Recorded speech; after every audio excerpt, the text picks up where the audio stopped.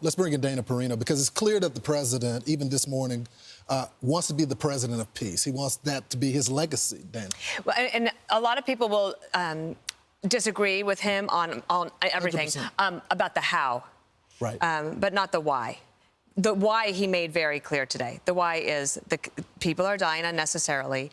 And also, one thing that I didn't think was mentioned yet, and maybe you did before I rushed in the hair and makeup, is the First Lady has had an influence here. Yeah. And Melania Trump, I don't know what she told her husband, but that letter that she gave to President Putin was very poignant. Mm-hmm. And they are mission focused on the innocents and the lives. And so if you have that as your North Star, and then you have all the European leaders who are worried about what could happen when Trump leaves office in 3 years, because Putin's very patient. He's in his mid-70s. He seems like he could be there for another 20 years, maybe. So they're thinking, what can we do now to preserve the peace?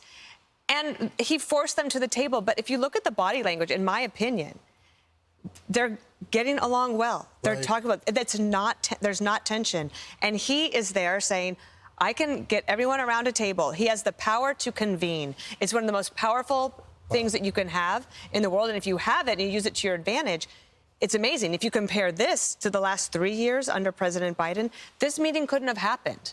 Do you ever remember a gathering in the White House and in the Oval Office of this many heads of state? No. Outside of like a state dinner? No, I was thinking about that today. Guess who's going to be hardest hit by all of this? All of those consultants who do the G7 planning, and it takes them 3 years to plan one meeting, and they do it in a weekend. I can't imagine what the White House staff was like this weekend. And Monica Crowley getting everything together. You have to have, there's so much protocol. Like, how does she like her coffee? What does he like? He's got a nut allergy. What are we doing? What are we serving? Mm-hmm. But they are all there because I do think that there's nothing can forge consensus like worry about your own safety. Mm-hmm. And they do have worry about their safety when it comes to Putin.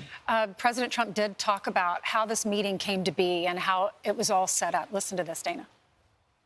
I wouldn't say they are ever going to be best friends, but they're doing okay. And we're just going to see. So we're setting up a meeting. I sort of set it up with Putin and Zelenskyy. And, you know, they're the ones that have to call the shots. We're 7,000 miles away, in all fairness. You know, we've spent through the previous administration $350 billion. Europe has spent a lot also, $100 billion, but it should be reversed if we should have been in for anything. But it wouldn't have happened, so that would have been much better because so many people died. This is the biggest bad situation since World War II. There's been nothing even close. Politics has always been about personality, but it's like not like this level of personality. But also they got another bite at the apple, right? So the first time around, that first year, those first 4 years is like, what is happening here? Who is this? We don't know how to work with this guy, and we'll wait him out. Then when Trump doesn't come back to the Oval Office in January of 2021, they think, oh, sigh of relief. Oh, but guess what's happening? The COVID continues, the invasion of Ukraine, you had all of these situations like October 7th.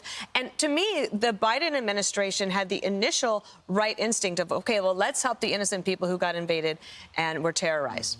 But they helped them so slowly. It was like not giving you enough to help you win decisively, but enough to help you lose slowly so that you have increased fatalities and casualties and kidnapping of children who are now being stolen from their Ukrainian families. Those weapons and raised in Russia. Would have been a game changer in the war. They were using the Trump weapons. Yeah, so like, why would you wait? Because you were afraid that Putin was going to start a nuclear war. Why were you afraid of that? Because Putin didn't respect you? But now Putin respects. So I thought Donald Trump yesterday and the world leaders were smart to always go back to the fact that so many people have died in this war. Do you think that was he saying that just to remind the American people of how important this is for peace?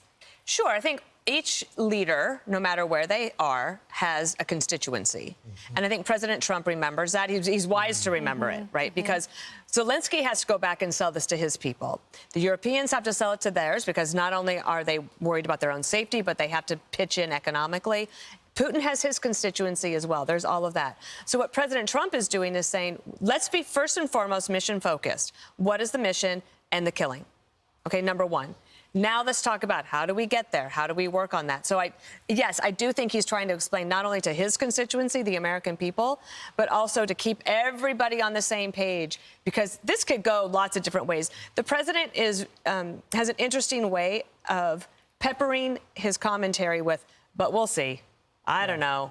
Let's just check it out, because he's not sure. He knows things could go a lot of different ways, but it is interesting to watch somebody who's made so many deals to figure this out and understand everybody has constituency. He never stops selling.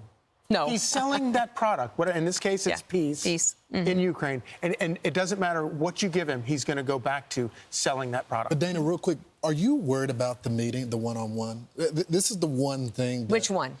Between Zelenskyy and Putin, because the president is not going to be at that meeting. Now, he set the terms of it, and I know Zelenskyy has said that he wants the president to be there, and the president said I would want him there too. It's like if I went downtown, right? I would want you with me. I'm like, I can't do this by myself. I need somebody who's big and tough who's going to protect me. That will be interesting. I think that Putin will know that Zelenskyy has Trump on his side in the meeting. It's a tough meeting. I mean, Putin's obviously a former KGB agent. He's invaded the country. And I think all of the other European leaders are probably a little worried about it, because if you do give Putin that region, does he use it just as a springboard to go into Ukraine at another point? Again, remember, Americans tend to think we think in 24-hour news cycles, sometimes shorter time frames. Americans tend to think in 4-year terms. Right. That's not how most world leaders think. Putin thinks in lifetime terms, in legacy terms, in history terms. So, yes, I think that the Europeans are probably worried about that too. But you think about Zelenskyy, thrust into this situation, has been able to hold things together pretty well. Yes, one bad meeting in the Oval Office, fine, forgotten. I do think that President Trump was very gracious about it yesterday, but so was Zelenskyy. What do we got on America's Newsroom this morning? We have the CEO of Chevron is coming up. And also, we're going to talk about how, Karl Rove's always going to be on, and that's amazing. The mayor of Boston is going to talk about the benefits and how wonderful sanctuary cities are. So we have to talk to Guy Benson as well. And don't forget this part. You know, have you heard this thing of Gen Z taking their parents to a job interview? Yes, yes. I mean, it's still happening. Stop. Ridiculous. Make it stop. So we're going to talk about Dana that. Perino, thank you. Thank you, Dana. Thank you. Thanks for having me. You got to get upstairs. You have 20 more minutes. Oh, that's like a lifetime. I'm going to go get a coffee. Television it is, right? All right. Thank you for taking time with us, Dana. Bye. I'm Steve Ducey. I'm Brian Kilmeade. And I'm Ainsley Earhart. And click here to subscribe to the Fox News YouTube page to catch our hottest interviews and most compelling analysis.